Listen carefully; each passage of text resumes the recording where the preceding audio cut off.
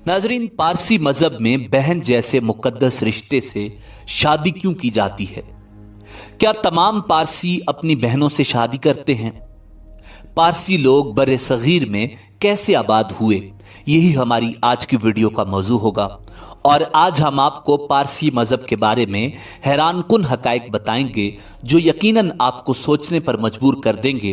मगर वीडियो में आगे बढ़ने से पहले अगर आप हमारे चैनल पर नए हैं तो बराए मेहरबान में हमारे हमसफर बने। नाजरीन, पारसी मजहब या जरतुश्तियत एक कदीम आरियाई मजहब है जिसका ज़हूर 3500 साल कबल फारस यानी मौजूदा ईरान में हुआ था। इसको आमतौर पर जरतुश्ती या पारसी कहा जाता है, अगरचे इसके मानने वालों की तादाद बहुत ही कम है।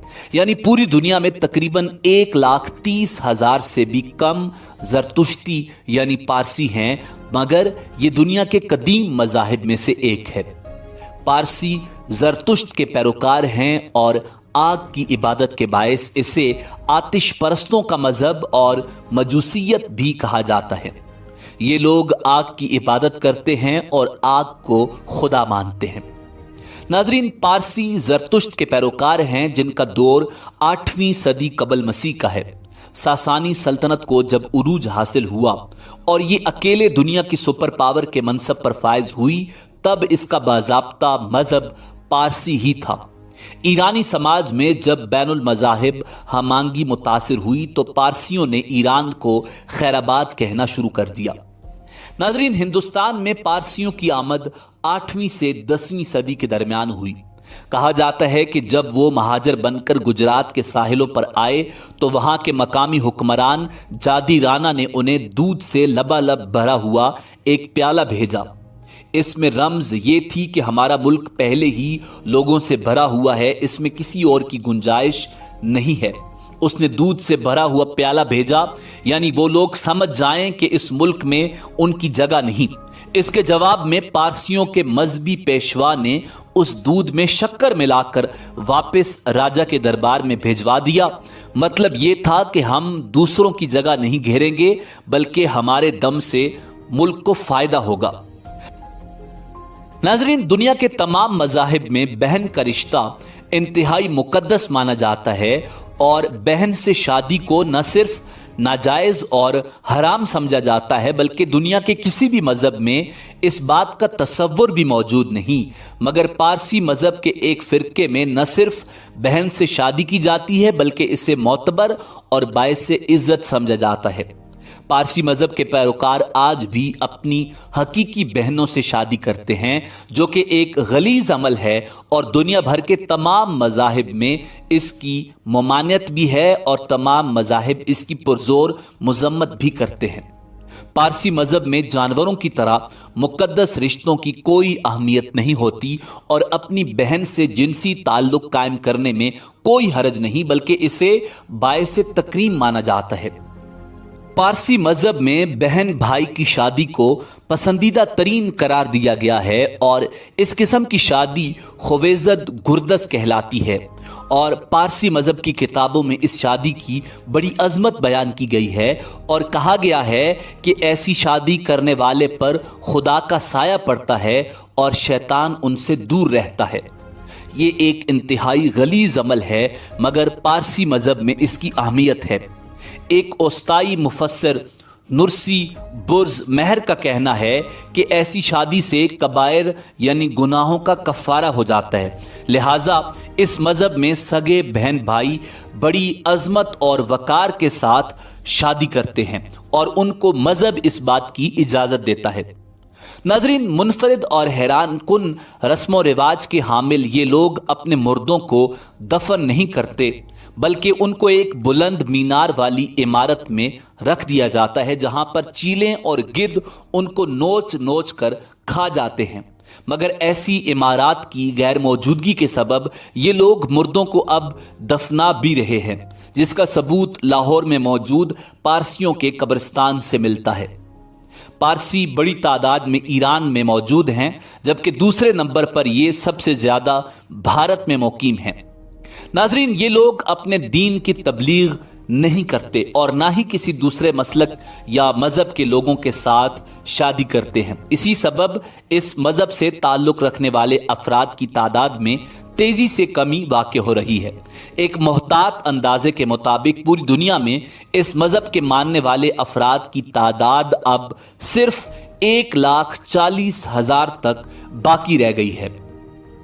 ناظرین، بر صغیر میں پارسیوں کی آمد کے حوالے سے مورخین لکھتے ہیں کہ عربوں نے جب ایران فتح کیا تو پارسیوں میں سے کچھ مسلمان بن گئے، کچھ نے جزیہ دینا قبول کیا اور باقی 8ویں-10ویں صدی عیسوی ترک وطن کر کے بر صغیر ہندوستان آ گئے۔ ان کا دعویٰ ہے کہ ان کے مذہبی رہنما کے پاس اوستا کا وہ قدیم نسخہ موجود ہے جو ان کے پیغمبر زردشت یا زرتشت پر نازل ہوا تھا۔ پارسی اپنے مردوں کو جلانے یا دفنانے کے بجائے ایک کھلی عمارت میں رکھ دیتے ہیں تاکہ اسے گدھ وغیرہ کھا جائیں۔ اس خاص عمارت کو دخمہ یا مینار خاموشی کہا جاتا ہے۔ دخمہ ایسے شہروں میں تعمیر کیا جاتا ہے جہاں پارسیوں کی تعداد زیادہ ہو، مثلاً بمبئی یا کراچی۔ جہاں دخمہ نہیں ہوتا وہاں ان کے قبرستان ہوتے ہیں، جیسا کہ ہم نے آپ کو بتایا کہ لاہور میں پارسیوں کا قبرستان موجود ہے۔ ناظرین، جسمانی طہارت اور کھلی فضا میں رہائش پارسیوں کے مذہبی فرائض میں داخل ہے۔ پاکیزگی کی مقدس علامت کے طور پر ان کے معابد اور مکانات میں ہر وقت آگ روشن رہتی ہے، خواہ وہ چراغ ہی کیوں نہ ہو۔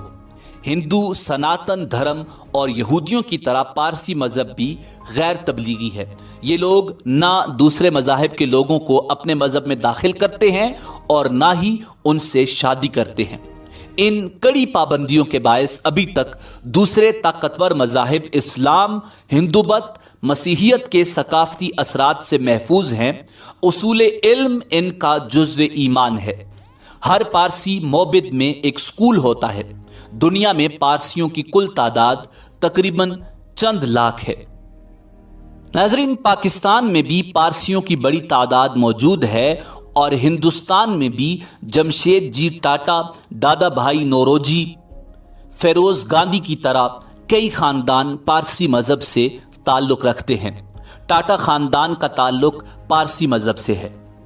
ناظرین، اسی امید کے ساتھ اجازت دیجیے کہ آپ کو ہماری ویڈیو پسند آئی ہوگی۔ ملتے ہیں بہت جلد ایک نئی تاریخی، تحقیقی اور معلوماتی ویڈیو کے ساتھ۔ دیکھتے رہیے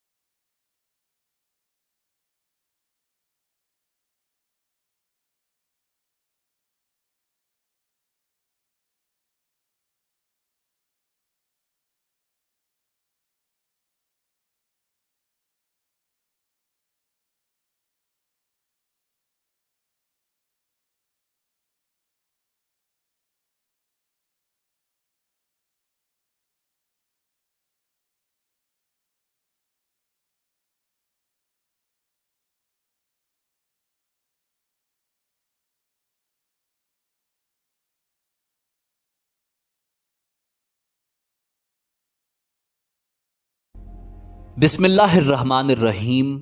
किस्सा खानी के